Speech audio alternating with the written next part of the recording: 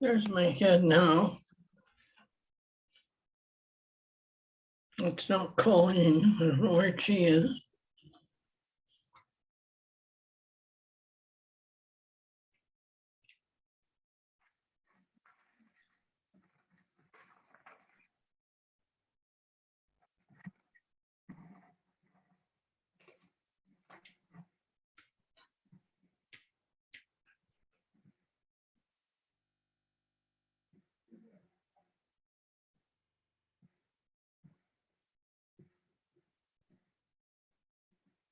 And I can't get you to come in.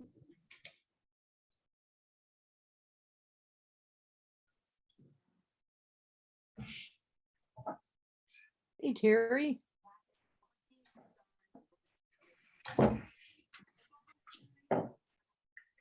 I can't, I don't know what I'm doing wrong here. We can see you and hear you, Shirley. I know, but I can see you, but I can't hear you. And I can hear you, but I don't know how to, I don't know what I have to do on mine to get the audio going. Well, we can hear you and you can hear me, so Oh, then that's all necessary. that's it. Okay. Hey, Vince.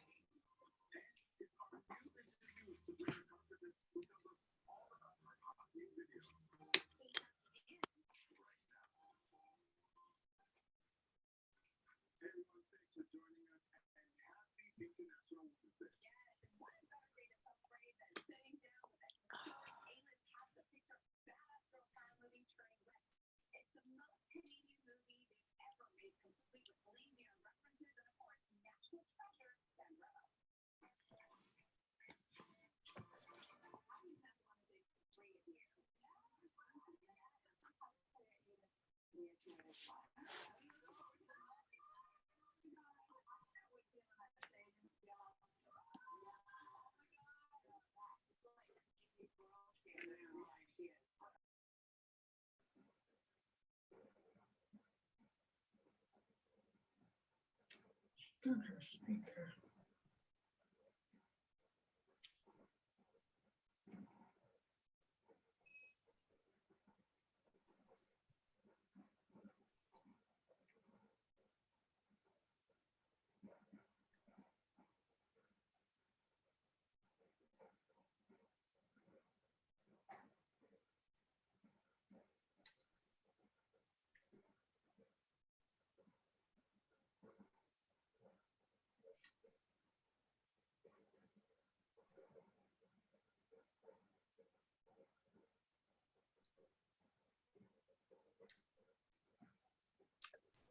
Vince, are you talking to us? Because you're muted. I'm muted. You're right, Sandra. Sorry. Thank you. Again, welcome everyone. Just a couple housekeeping details here. If we are experiencing some computer issues, sometimes it helps if we turn off the video, but we'll see how that goes. I would ask everyone to mute themselves to keep that background noise down as much as possible. And we have Liz that's going to be monitoring that as well here. So that's kind of it from there.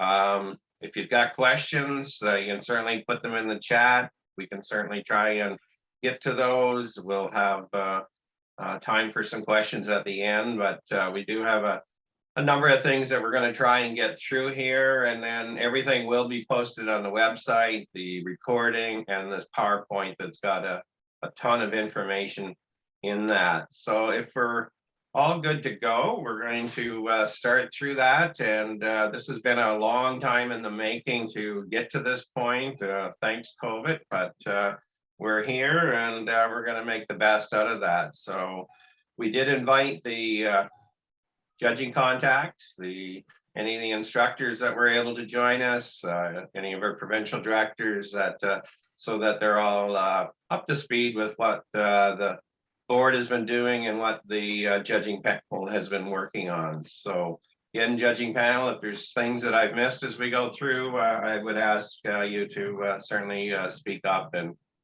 keep me on the straight and narrow here. So just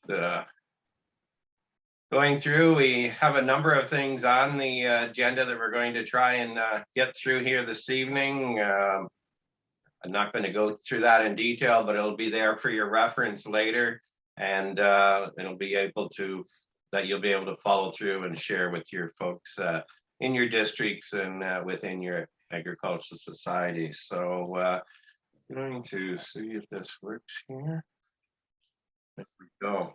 So just a little bit of background. Some of you will definitely be well aware of some of the information that we've been working on. The renewal of the judging program was started because of concerns from individuals like yourselves and comments from judges and instructors, agricultural societies, and our districts. The board considers the judging program to be one of our main member services, and we have made that one of our main priorities to address these concerns and improve our program. The first steps was to create the requirements for certified and apprentice judges document to clearly lay out how to become and maintain the certification of a judge. There was always some thoughts in some districts and ideas, but there was nothing really down on paper to be able to say, this is how we do that. We presented I didn't have Firefox on here. We presented the updated Homecraft judging standards a couple of years ago now, just before COVID hit, at our convention, and then everything obviously shut down for the last couple of years. And, Old browser. so I know. just a mute here. Since then, the OAS and my priorities have been to secure funding for agricultural societies, to ensure that our societies were included in the reopening plans, and provided the education and information for our societies to get through this pandemic. We know that people are getting are frustrated, and it's taken us a long time to move forward. However, we're doing our best and need to make sure that we get everything right the first time. That was a priority with the judging panel, that we wanted to take our time and make sure we try and get everything going in the right direction. It appears that life is starting to return to a more normal state for our societies, and they are planning a number of fairs and events this year. We see that on social media every day, where they're returning, and this is great. It's great that we're going to have a judging program to have that as well. And I heard from one of our instructors today that just excited to be asked to be judging at fairs again, which is just a great feeling. Sorry about that. A couple screens out of the way.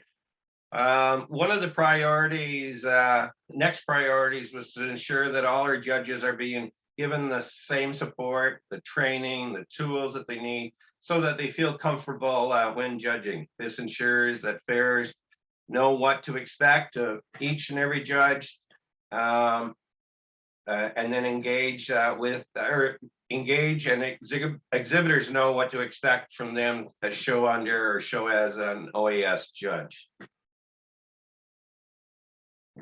Yeah, that's not going just the way I like, but so district judging, and maybe another word is representative. We kind of come up over that the last few days, that maybe it'll be a more appropriate name as we go forward, to be the district judging representative, rather than so much contact.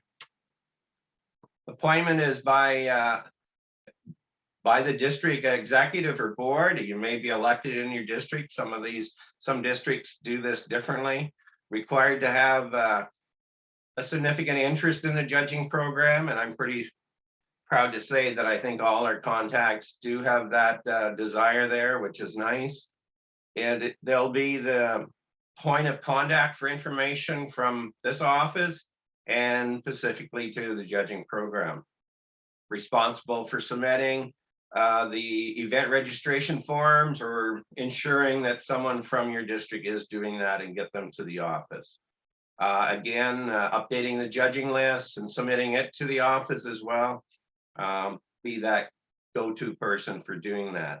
And responsible or appointing someone to submitting the judging school information to the office as well. Another role will be to work with other districts to help increase the number and variety of judging schools held, and to work to avoid any conflicts or duplications of categories of judging schools, if possible. I know that's a tough task. So a little bit of where do we find this stuff? So it's I'm just going to go through this a little bit. Some of you will already know where that is, just where we're going to find the requirements or certification for our judges and apprentices, etc. So we go to the Ag Society page. There's a drop down that says the Ag Society info. Then there's a drop down below that says judging program information. And then you'll see down below where it's highlighted the requirements for certified and apprentice judges. You'll note that it was updated here in the fall as well. So that's just a screen print what was there. There's a lot more information on there. So requirements for certification and apprentices judges. The document lays out the requirements to become certified and how to maintain that certification. The original document that we posted included the phase-in period for current and expired or certified judges. This date has changed twice because of COVID, and it was last amended in the end of November there. And so date changes and stuff have been updated on that. The certified and apprentice judges listed on the current OAS certified and apprentice list who have not attended at a judging school since 2016 will have until the January 1st of 24 to participate in a judging school to maintain their certification. So we created a bit of a table, and it's been since posted on the website under that drop down Ag Society information page. So if you attended a judging school in 2015 or earlier, it tells you about that you must start the process to become a judge from the starting date by attending a judging school. And I guess the easiest way is look at the bottom one there, the 2019, which was probably the last year we had them. You have our yes, so recertification deadline for that one would be 2026, and then it shows you over on the right the years since you attended. It gives you an idea just where you fall in that. Is there any questions around that? I think it's straightforward. The panel thought it was good to have a table there so you can just refer to and say, oh, I attended my last judging school I attended was in 2017. Well, then you've got to January 2024 to start attending or updating in those, whatever those categories are, to maintain certification. Okay, so the next step, and some of you would have will be aware of this. In the fall, the board made it a priority to help our districts with funding for our judging schools or encouraging them to have judging schools. So the judging program, and I'll just go through this. Some of you may have seen it or not. The program and getting new judges certified and recertifying judges is a priority for the OAS for till 2024 and likely beyond, but this is the time frame we're looking at. Many districts indicated that it costs them to hold judging schools, so we wanted to provide funding to ensure that judges could be held. Therefore, the funding that would normally be spent to reimburse district directors for travel to fairs is being reallotted to funding judging schools for a 2-year trial. The districts may continue to fund district visits to fairs if they wish. For example, if a district's judging school was normally cost recovery, then you could use those funds to go towards travel costs to attend fairs in your district. So the OAS will provide $200 for each judging school, up to 2 judging schools in each district as a base. If the district holds more than 2 schools in a year, they can apply for some additional funding. And if all the districts don't hold, then the remaining money can be distributed to the districts holding more than 2. So we want the dollars to be used. The following provisions must be met prior, though, to disbursement of these funds to the district. District must register their judging school at least 45 days or as soon as possible. I know some of them are tight, and that's fine. We're getting that done, but that deadline there is for us to get things posted on the website, encourage you as your districts to start advertising and communicating your judging activities within your neighboring districts, and for us to have time to get the insurance certificate from our insurance provider, and we can touch a bit more on that in a few moments. So that's 45 days. It's on that form is on our website as well. District must have OAS certified instructor running the school. If there is not a certified instructor available for the topic, the OAS instructor can oversee the school, and the subject matter expert can be brought in to teach those topics. Judging school topics must follow the time frame set out in Appendix G, and we'll get to that in a moment. Districts must submit a list of successful applicants as well as the updated judges list in an Excel spreadsheet to the OAS office.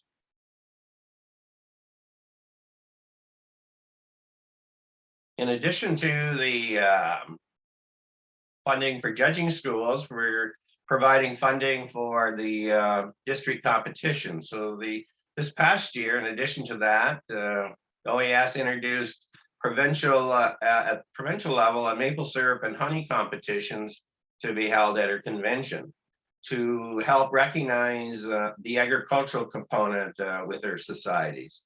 The OAS will provide $200 for the cost of hiring OAS judges for the district competitions as a 2-year trial as well.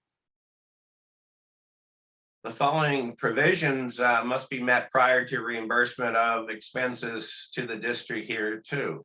District must register their district competition, your AGMs, your spring meetings, again, at least 45 days prior to the date by submitting it on the event registration form, which is on our website. And thank you for the ones that have been doing that. Must use the certified OAS judges for these district competitions. Submit the district winners and contact information form to Catherine, and that list is on our website with under the convention page with the winners, so that information is submitted for convention and preparing for that. So this year, the competition cards, the district competition sheets will be sent directly to the agricultural societies. The agricultural society committee, working with the judges, will select the agricultural society committee working with the judge will select the items that go to district competition. So not all fairs have our competitions that we recognize at district and provincial, and that's okay too. But if there are ones, then we'll work with the fairs in doing that. The ribbons for the district competition will be sent out to the judging contact or whoever the representative is there. I know in District 4, the secretary has a really good handle on what they do there and how they do it. So we're willing to work, but we're trying to streamline everything here. So the event registration form that I just spoke about, again, you go to the Ag Society information, you click on the judging program information. Get back here. And then down at the bottom, you'll see where it's highlighted, district event registration form, F14.16. Now, some of you will know there was 2 dates in there before, or 2 time frames. One was 30 days and one was 45 days. That's been updated today to both of them being at 45 days, just to keep that simple.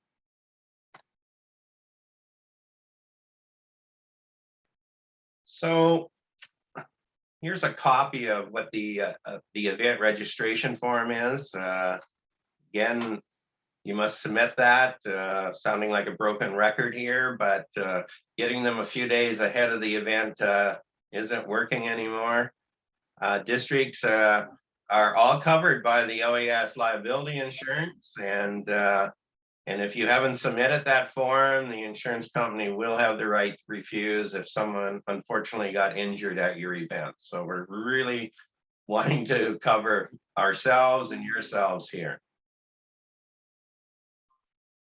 All indications from the ones that have been completing the form, pretty straightforward. It's a fillable form. I really prefer to get them in an email rather than having them sent in the mail, so it's easier for me to file them here as well.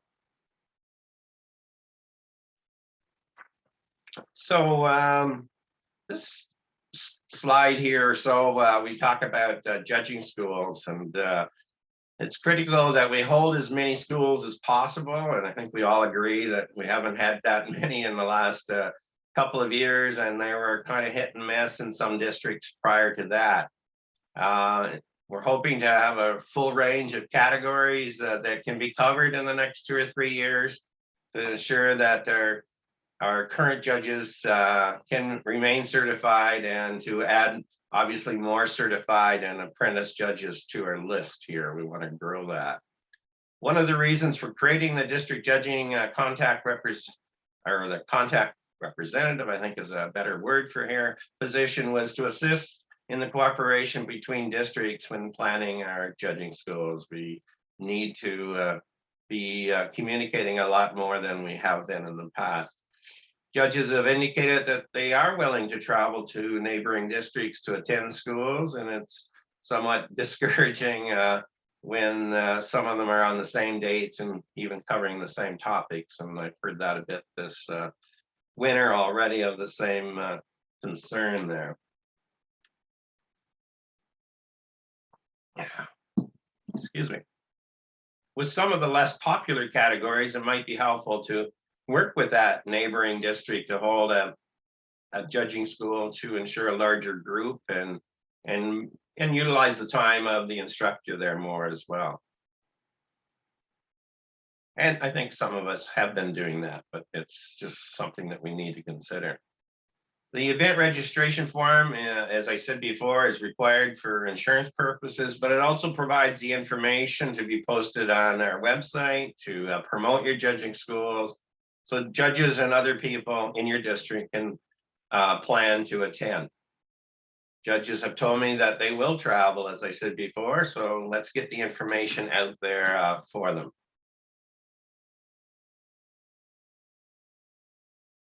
Moving into a little bit of information around the handbooks.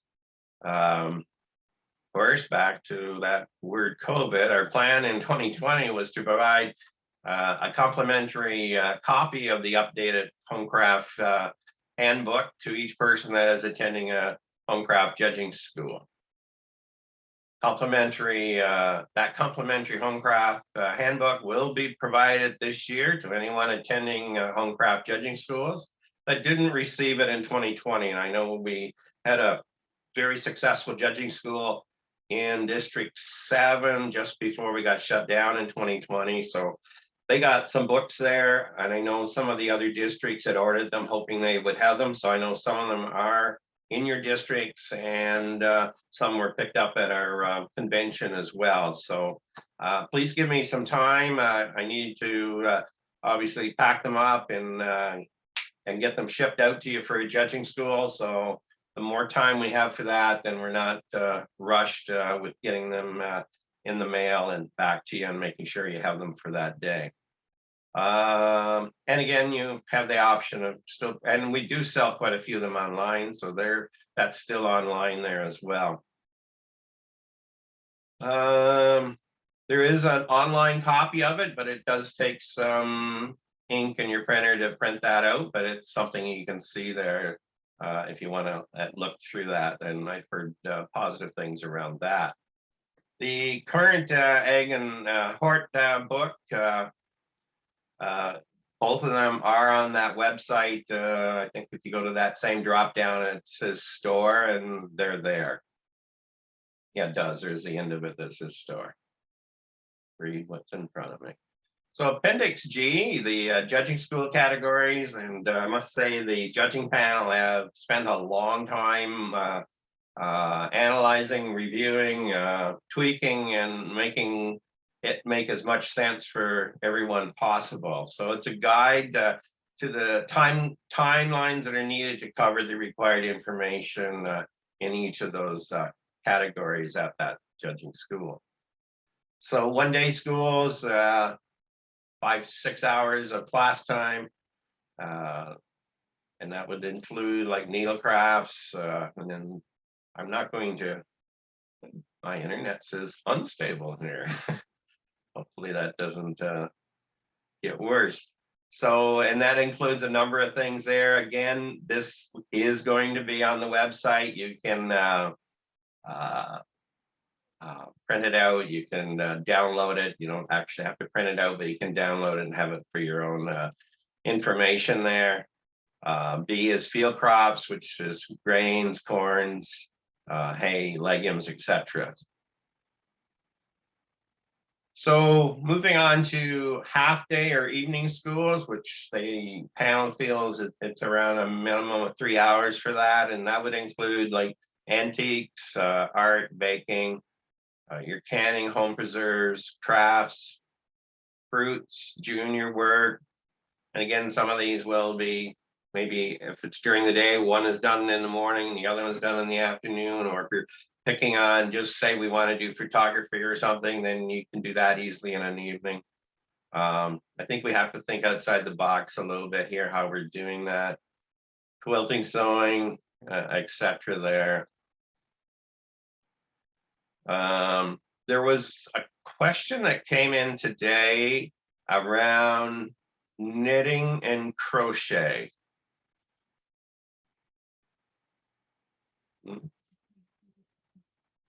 So a question was, should it be included with needlecraft or a separate school for that? Think about it. It was just a question that was posed there today, so I'm not a subject matter on that one. So, but that was a question that was raised today.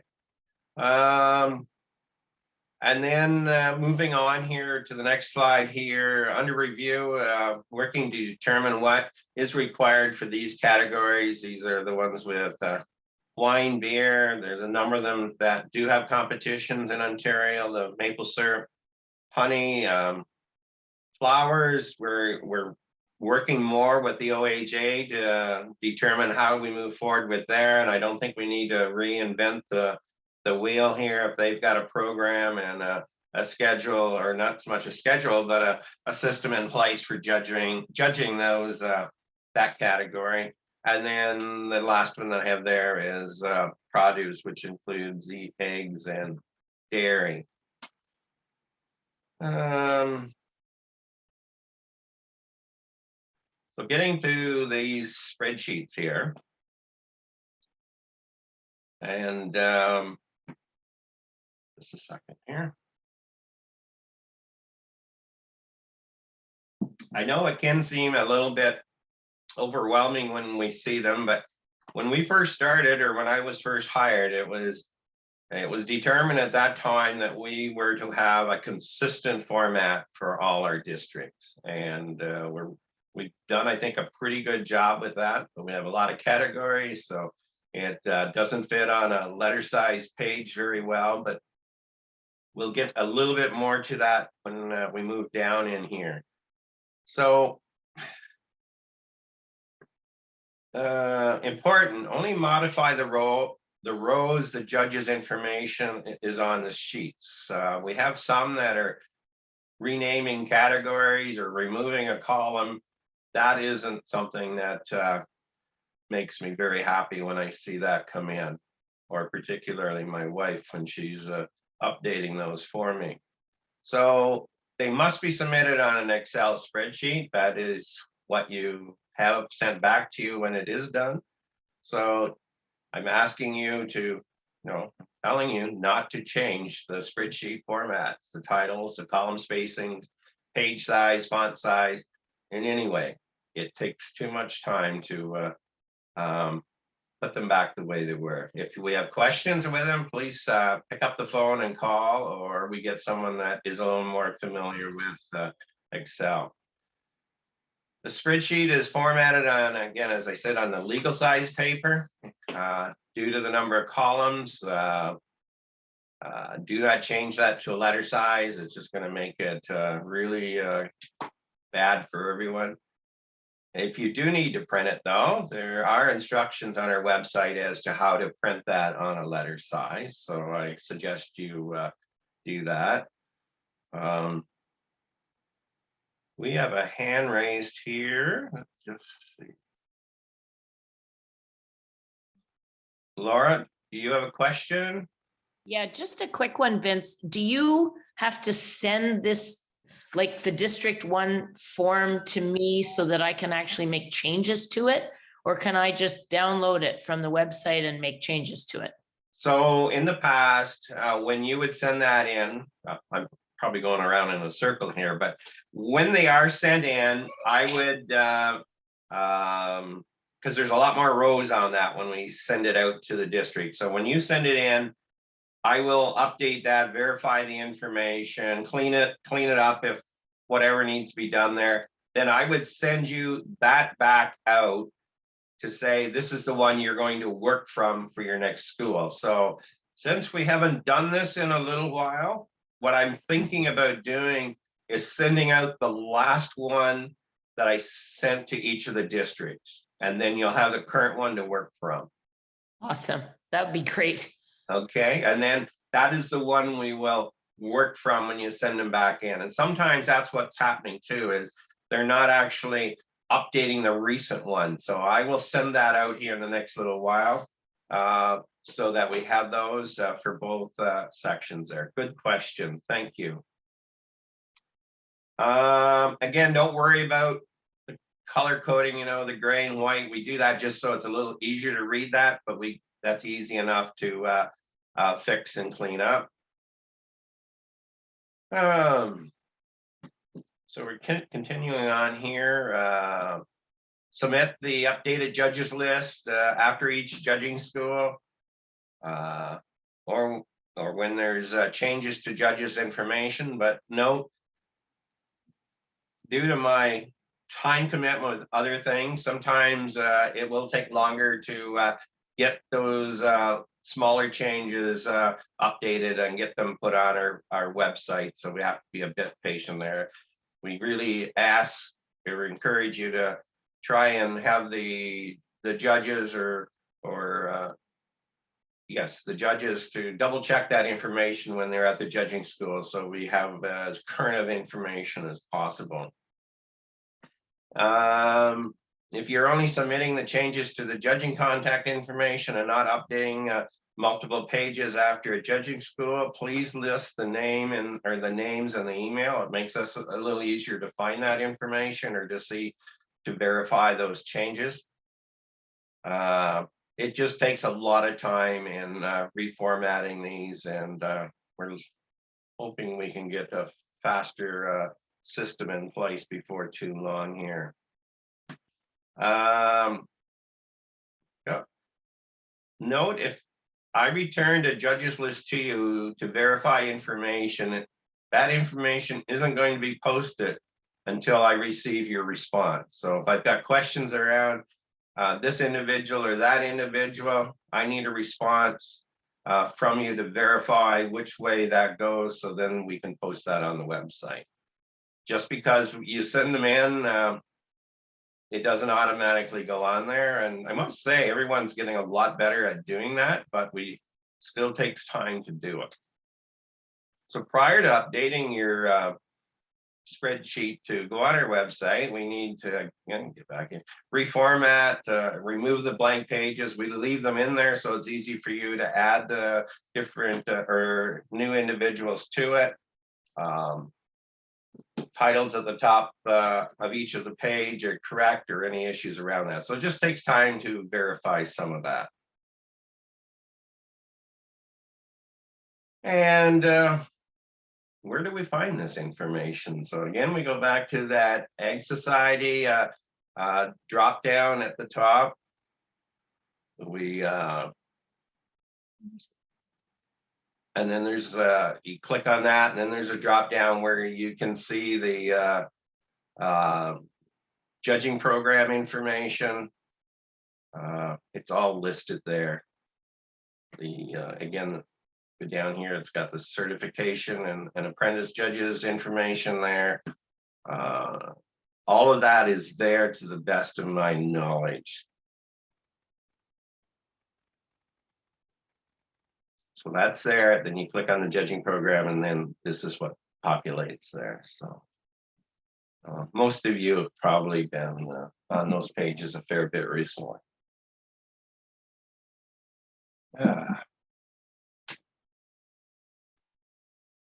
So when you do go to the Ag Society information page, and if you don't click on anything else, this is what it will look like when sorry. Yeah, says got to click on the judges list, judging schools and district information, and then this is what populates up. This line here that says click here for the judging program and information, that just takes you back to the other drop down. So it's just a shortcut to get back there if you need to. The instructors list is there and other information. So you scroll down, so there's an area for each of the districts. It's a table here. This is just a screen print, but back up here. In this column here, the very first one is the current judging list that we have for each of the districts. Some of them have agriculture, some of them don't have them in there yet. Then we have the list of the judging contact name. And then the next one is judging schools. And I think 5 of the districts have some information in them there now. If there is a PDF or something that comes with that when it's sent in, I think District 8 and maybe 7 had some, so that information is there as well. It can be added, and then the right column is your usually I think it's sometimes your secretaries of your district is there, our provincial director's information, and that column is where you would have in there for spring meetings, your AGMs, maybe there's some ambassador events or things like that, that if we're provided that, it can go in there. The area that we cleaned up a little bit here over the weekend is, you see in purple here, the district boards and district judging contacts. I must say thank you for the individuals that provided me with some updated information. It's all in one place here. It is actually under district board director information, but that takes you right there, and it's got the list of the provincial directors. It has the list of each of your district directors, and then there's a separate list for our secretary treasurers, and there's a list there for our judging contacts. So it's fairly straightforward to look up information there. And And then if there's a change, I'm only doing it in one place now. And then on the next slide here, of course, you heard me say that there was a way of printing those judging lists out on letter size. So there's some instructions there. And then there's areas where we don't train or provide training for judges, and that's around the Ontario Horse Society judges. That's a link to their page. Poultry judges, the 4-H and dairy judges, that's a link to their page. We don't maintain those. And the same with the goat societies. Those are some of the livestock ones that are there. So some future plans here. We're going to be updating. We've already kind of reviewed the agriculture and the horticultural book, but we will be updating that and getting that done over the next few months here. We want to finish reviewing, updating, and splitting the guide to holding homecraft judging schools into separate guides for the districts. It's been a job that has taken a little longer, but we'll soon be there with that one. It used to be called the Grid Book or something.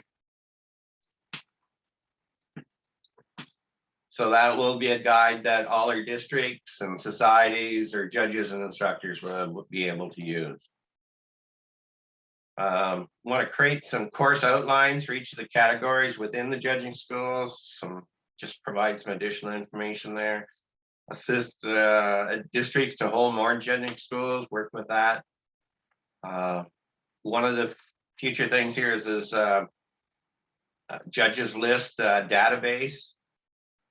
We had been working with Assist Expo prior to the pandemic to create a database for us, and that discussion is still ongoing. And if it doesn't come to fruition here in the next little while, the board has given approval for us to further investigate a database program that could be used for all of our OAS information, including the judges list, convention information, all our district lists. There's a pile of spreadsheets out there. So if each district had their port and their agricultural judging lists, that would be a total of 30 of them there.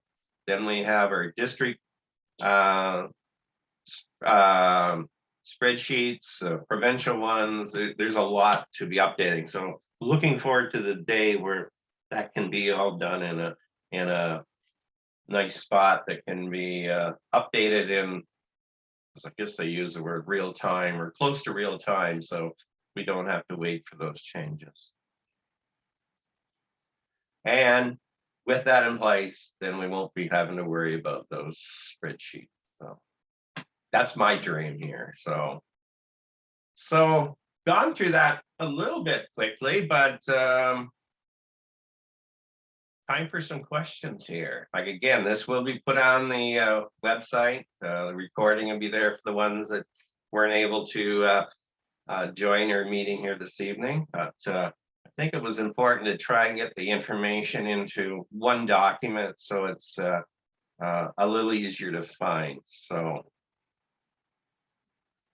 So we have some raised hands. If you want to unmute yourself and ask some questions, or we'll Lori first. Hi, evening all. I had a couple questions. I'm just asking out to everyone. Are others schools, for instance, in baking and canning, are they having a lower people register? Anyone can answer that? You can type in the chat too if they have anything. Okay, sure. I'm just wondering if it's like hesitancy, and maybe it's because we have an older population of judges. So you're not having a big response then yet? I can gather? No, we're not this year so far. There's too many judging schools for baking and canning that are too easy accessible. There's now 5 within driving distance. That's what I had mentioned to you when we were setting it up, Lori. That was my other question. And then, if judges are looking for different topics, if so, what types of topics are they looking for within the next month or so? Can I talk to Lori's question there for a minute? I can talk to you about District 6. We have judging school. I agree with the comment about too many canning and baking. And I will tell you that I tried to reach out to the neighboring districts and had trouble getting there because the list wasn't updated. I'm sorry about that, Vince. I'm new. And so I tried to reach out to people, but I did get a hold of Lori. We have the quilts and the crafts and jewelry school coming up on the 19th of March. We have 25 coming to that, and that's in Rockton. And then the canning and baking we have in Caledonia on April the 2nd. We have 16 coming to that. And we offered something a little different. We did a boot camp just for apprentice judges. Some of them got caught up in the wave of COVID, and they were in a process of trying to get their apprenticeships going, and then they kind of got stuck. So we're having that. We have 7 signed up for that so far. So are they good numbers? I think they're pretty good numbers. I think there's still some mature judges that are a little nervous about this COVID thing, to be very fair, but I'm pretty happy with those numbers for now. Thank you. Joanne Miller has her hand up.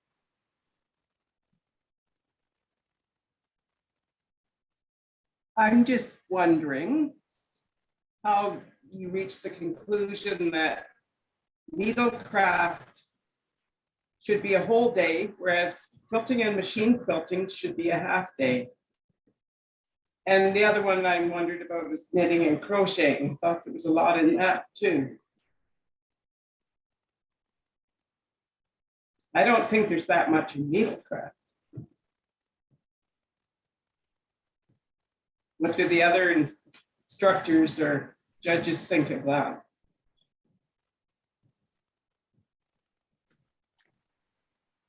I'll throw my 2 cents in. I think needlecraft should be a half a day, and I think knitting and crocheting should be a separate section, half a day.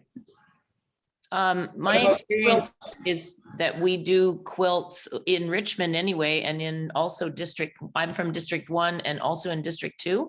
I'm pretty certain that quilts is a full day for our area. It's a half a day for us in District 6. We're doing a half a day. Jeannie, you're here from District 2. Do you remember, would we do a full day for quilting? Yeah, we did. We did. That's what I thought. And I agree with you, like quilting, there's a lot of detail, there's a lot of intricacies. You could almost switch them, make the quilting a full day and make your needle crafts a half day. And even if you want to do knitting and crochet as the other half of that one day. Yeah. But yeah, I can't see doing a full 6-hour session on needle crafts. That's a lot. That's a lot. Only so many stitches we can count across, so. And there's only so few stitches. That's right. You're right.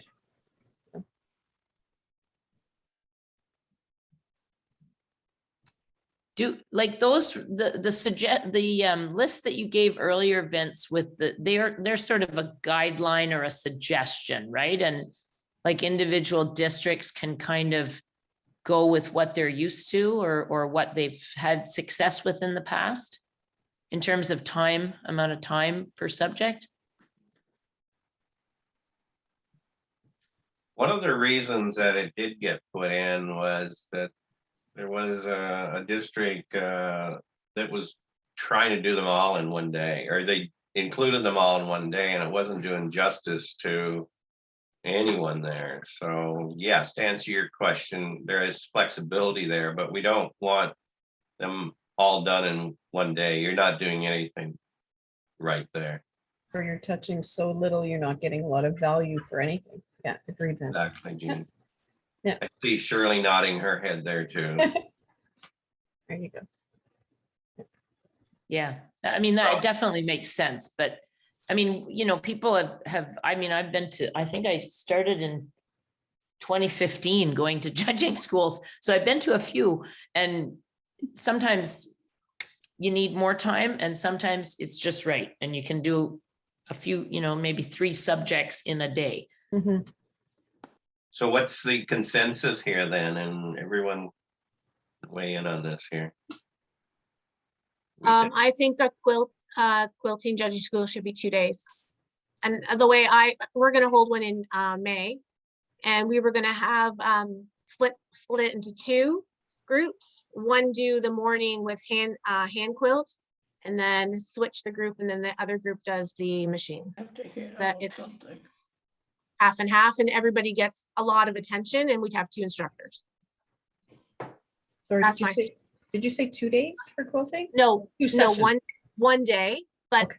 we Split two. flip the morning and afternoon. Like, one group would be doing hand, and then the other one would be doing machine, and then we flip it after lunch. Yeah. And have 2 instructors. So One there's for- more time to talk about it, and especially for the apprentice judges. We were brainstorming, and Carol and I were brainstorming. I think that to me is a decent plan. And are you also thinking, like, you'd have an instructor who's feeling a little bit more comfortable with the hand quilting Yeah. versus machine and Yeah. vice versa? And that's how you split it? Yeah, okay. No, that Yeah. makes a lot of Yeah, I think sense. that's, I think so. And just quilting in general, because, there's Some just people so might be- much, right? well, some people might be sewers or seamstress, but maybe they aren't exactly quilters and yeah, part of that. Mhm. Oh, Yeah. excellent idea. Thanks. I don't have a problem with that suggestion at all, Lori. I think it's a great idea. We definitely need more quilt judges. Thank you. Thank you. Excellent idea. I agree. Yep.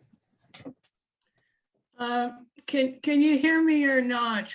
Yes, we can. Do we again. I think that this year we're really going to need to be very careful on how we treat our judges. There's a lot of judges out there that haven't made up their mind as to what they're going to do. There's others, we've all got older. I think I've aged 3 years since I've judged a class. And I don't, as I say, I think we're going to have to be very, very careful, or we're not going to have any judges at all in some areas. And I think that even goes, I was glad to see that you'd moved the date on for getting into judging schools, but you figure out District 8 has lowered their price this year to $10, which may attract some, but when you're up at $25, $30, if you're not judging a whole lot of fairs and districts that have a lot of fairs all on the same days, you're going to be looking for judges. So, I mean, I just think we need to be very, very careful as to how we treat our judges and some lenience on all things. I agree with 2 days or a whole day for baking and canning and a whole day for quilting. Crafts, that's a tricky one because there's too much stuff in that one, but a printer takes a whole day to do crafts. But myself, I don't even know whether I'm going to judge. I'm going to judging school. I'm going to reaffirm, but recertify, but I don't know whether my health's going to allow me to judge or not. And I know some that in our district that aren't judging. So I'm just going to warn you, be very careful on how you treat your judges.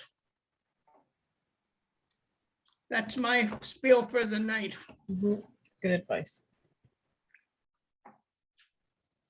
Can I ask a question, a little unrelated, but I'm just thinking about the price of gas and it kind of goes along with what Shirley was saying. Are any fairs looking at increasing the payment for the judges?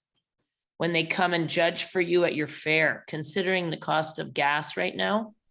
And it's only going to get worse in the summer is what I'm hearing. Has anyone thought about that? I know some also pay mileage on top of the fee. So that's an option. I've always said I would rather have my mileage paid than be paid to judge. I love to judge, so it doesn't matter whether I get paid or not, but it is nice to get a bit of money for the gas that you put in your car and for your travel.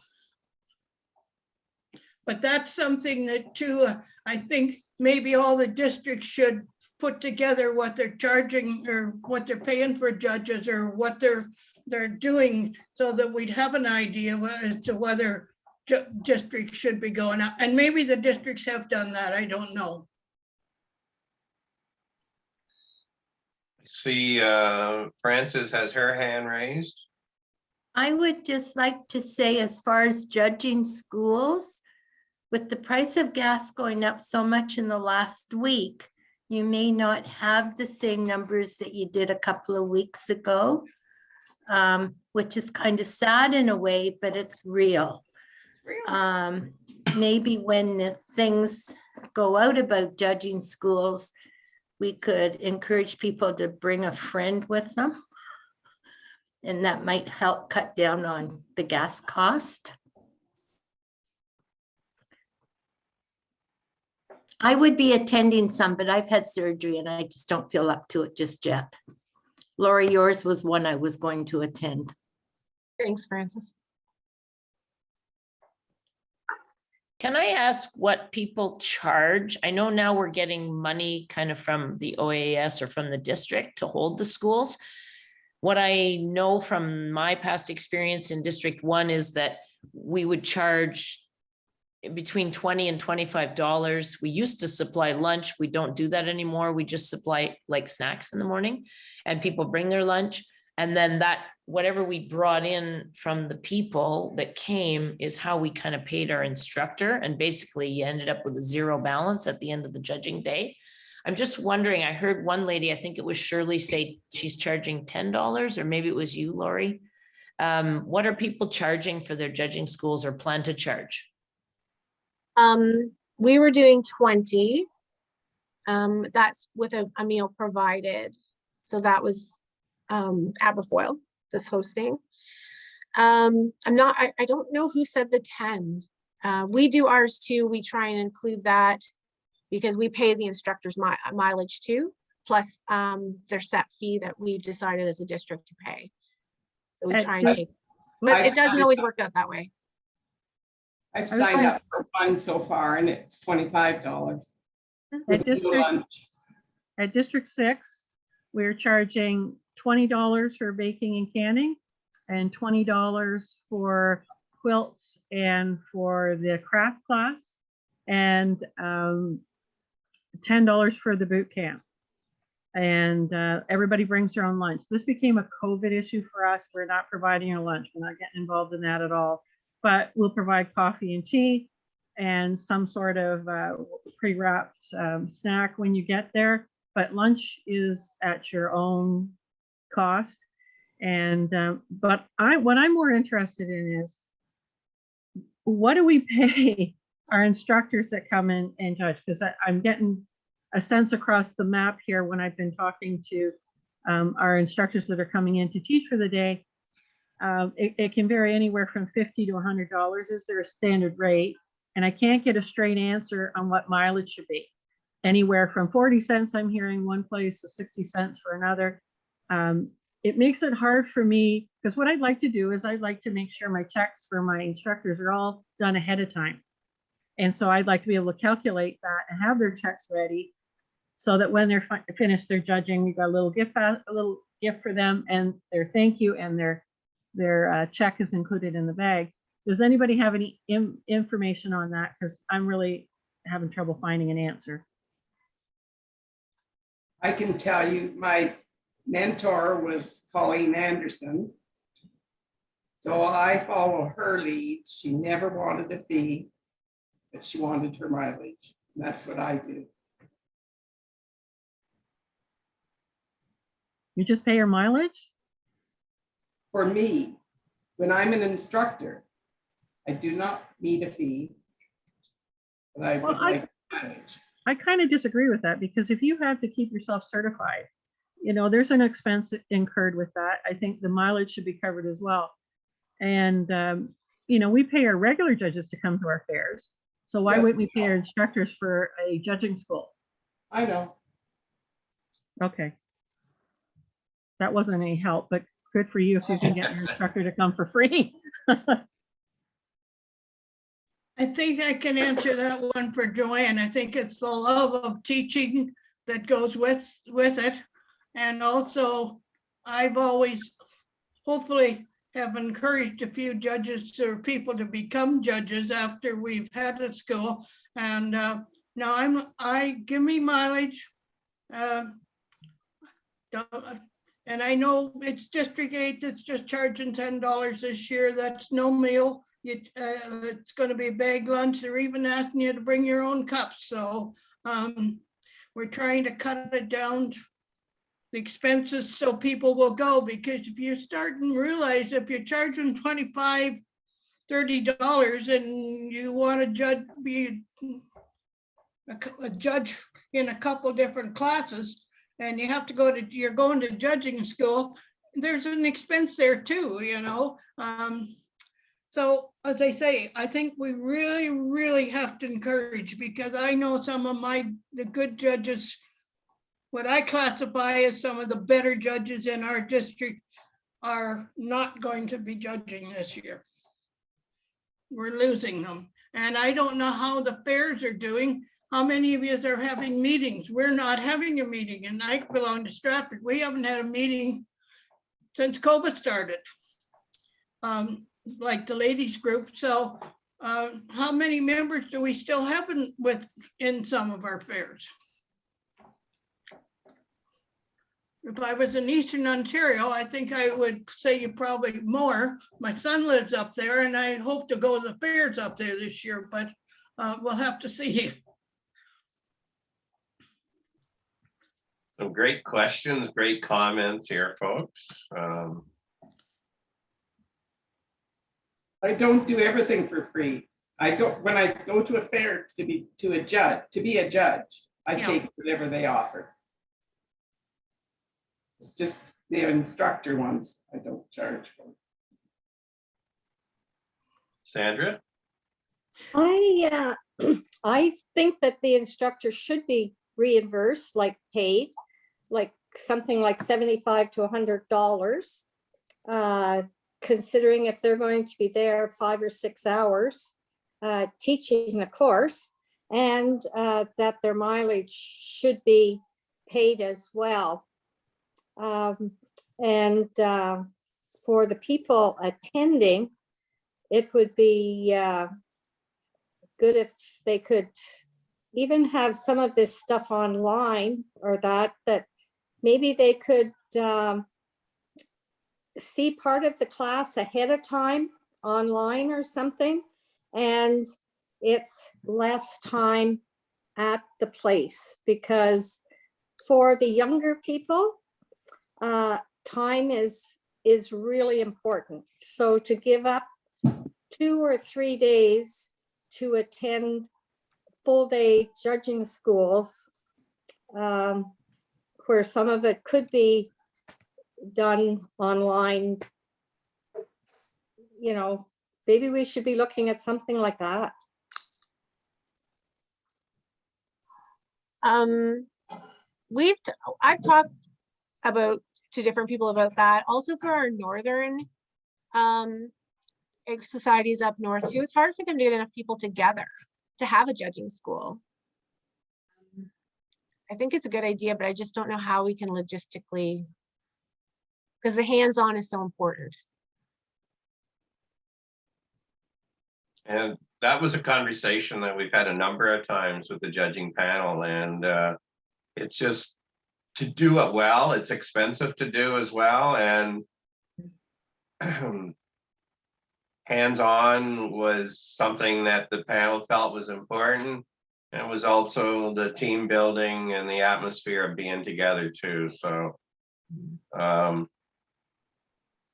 think just patience here will prevail a little bit and see where we go. Just going back to what Sandra and what Joanne said, I think judges or instructors should be compensated, but I also believe it's the individuals to can make that decision whether they want to donate that back or not. I don't think anyone is saying that we shouldn't be providing a fee or an honorarium or whatever here for the instructors to come, but it's the instructors that can make that decision whether they want to accept it. I know, like Joanne, I'm sure, as like I've judged many 4-H shows and livestock shows where I just donated it back to the local club and stuff. So I think that's individually, it's their decision to do that.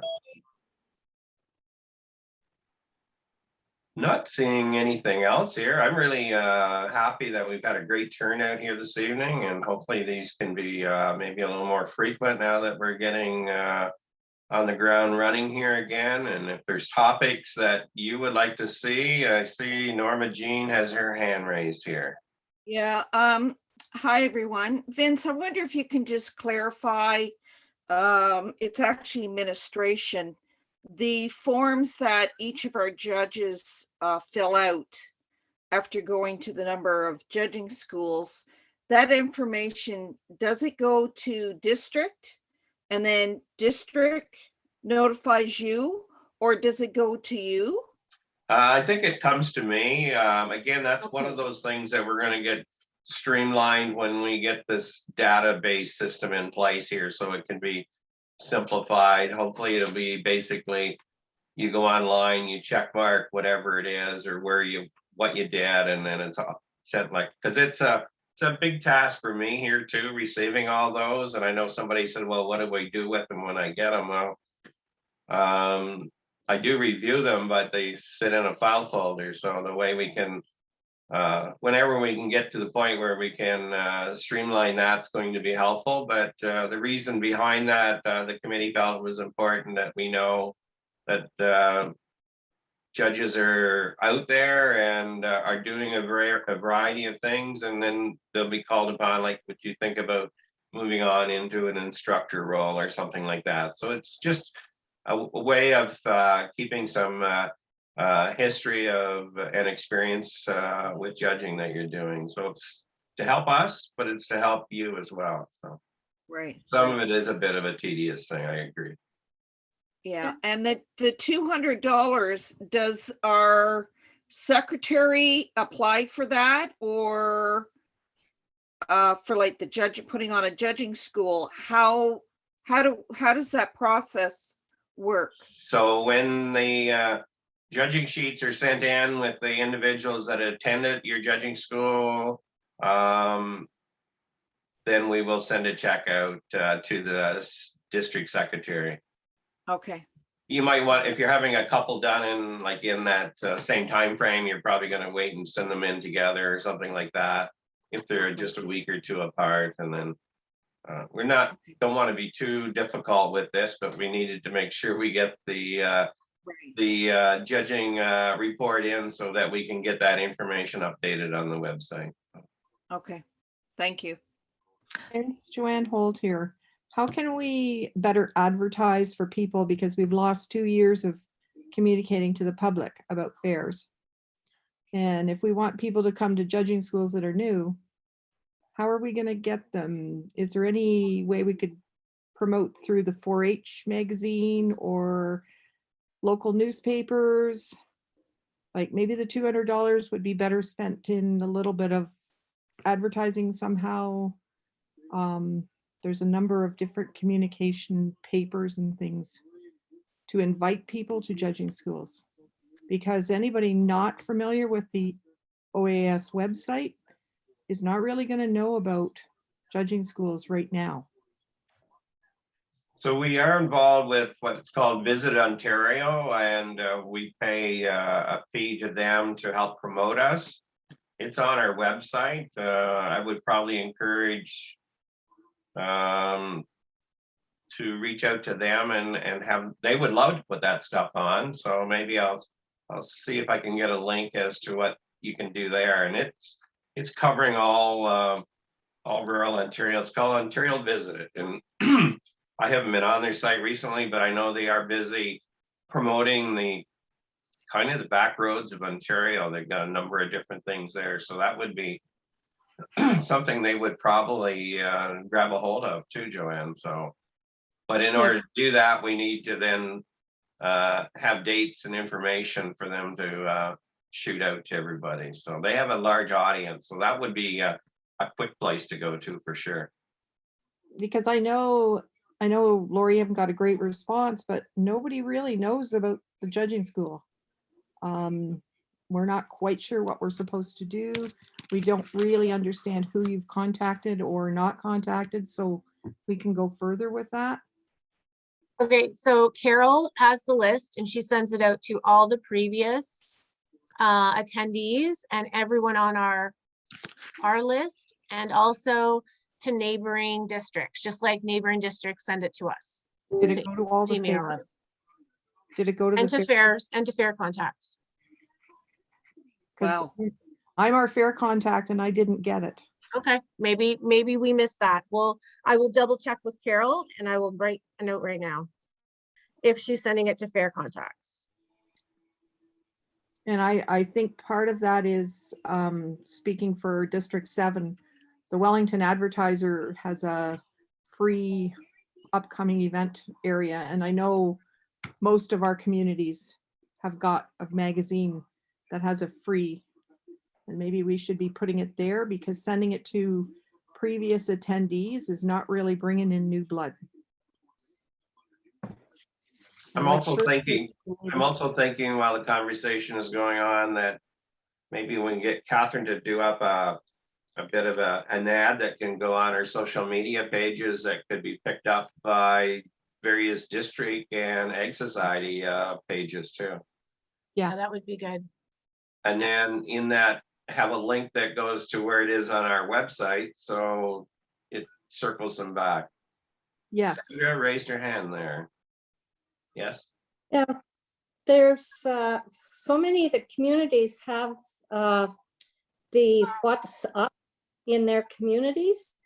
And I know the younger people, they tend to read that all the time.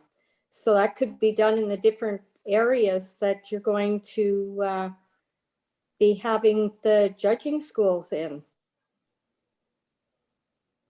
Yeah, so it's thinking outside the box here with what we're doing and so I'll talk with Catherine and see what we can do with a flyer, like promoting our schools and things like that. You don't get a lot of information in there, but it'll maybe get their attention to reach out to you folks as contacts, and we'll just have to put our names out there more. So it's the same thing for volunteers too.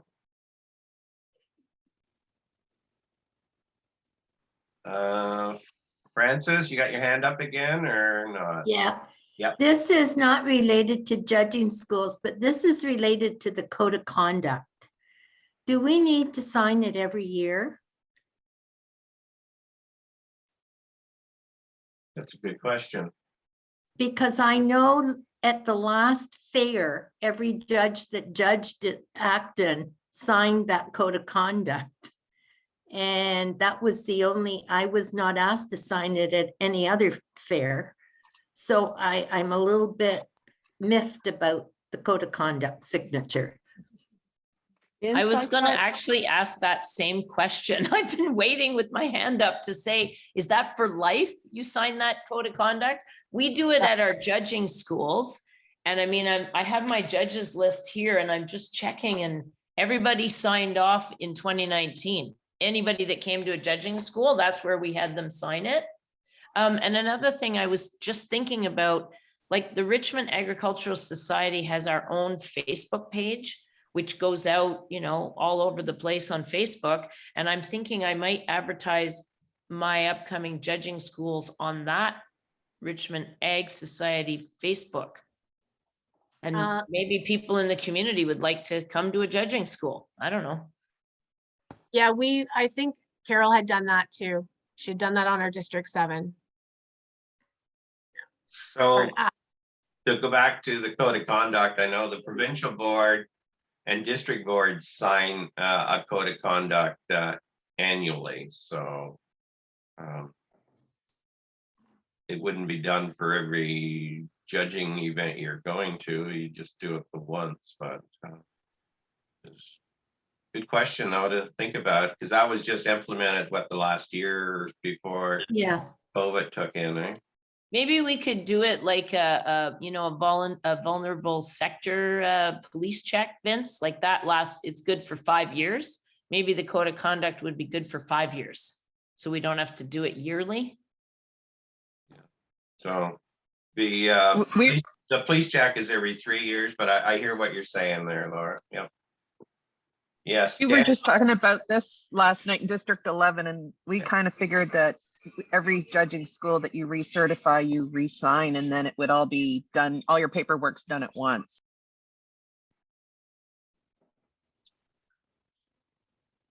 And then you're not having to keep track when it's done. That's a good point, Carol. Daniel, you were waving your hand there. Hi there. I was just going to say the same thing. If we have it done at every judging school that we have, we're going to have judges recertifying every 3 years anyway. So it's going to be signed basically every 3 years. We'll have put that on the agenda for the judging panel to visit again. Thank you. You're welcome. Am I missing anyone here? I know Laura had her hand up, but I could hardly see it. It blended into the ceiling of your room there. So, Francis, you've taken your hand down. Vince, it's Heather. Heather, yes. I'm on my phone, so I can't put my hand up. Well, I can, but you can't see it. Just going to looking for places to find people who might be interested in judging. Another option is to go to the places where those people are. Like if you're running a quilting school, go to the local quilting and sewing stores, fabric stores in your area and put out flyers. If you're running a knitting or crocheting school, go to the yarn shops and put out flyers, because that's where you're going to find the people who have interest and experience with those things. And so you're likely to find people there who, might be doing those things, but not be aware that judging is even an option. And it's just a place to recruit new judges.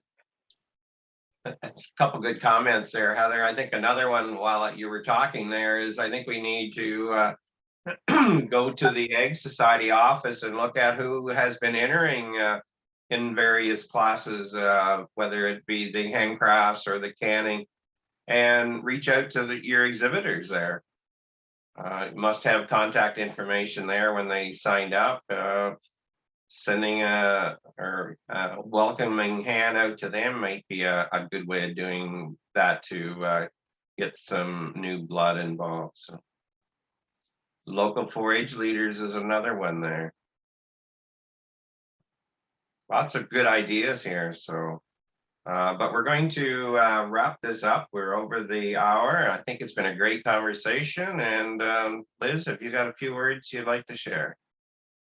I just want to thank everybody that joined tonight. I think it's really good to see the enthusiasm that there is for getting judging schools going again and getting people recertified, and after a couple of years of all the restrictions that we've been through. I really particularly would like to thank those people that have been on the advisory board and to Vince for putting this together and bringing us to this point. It's been a lot of work that's gone into this. So thanks very much. And look forward to some more of these meetings, because there is some really good discussion, some really good idea sharing that goes forward. And that was one of the ideas, I think, when we initially put this together, was to sort of have some more uniformity right across the province. And this is a good way to make sure that that's going to happen. So. Thanks. Thanks, Liz. Thanks, everyone. And if you've got questions or suggestions for topics or something, please send them on our way, and we'll stay in touch, and we'll be working a little bit, I think, with that social media flyer that we can adapt for us to get that out there as much as possible. So thanks, Joanne, for raising that thought. So good night, everyone. Right. Night, thanks. Good night, Vince. Thank you. Good night. You're welcome. Good night, Vince. Good night, everybody. Thanks, Thanks, everybody. everyone. Cheers.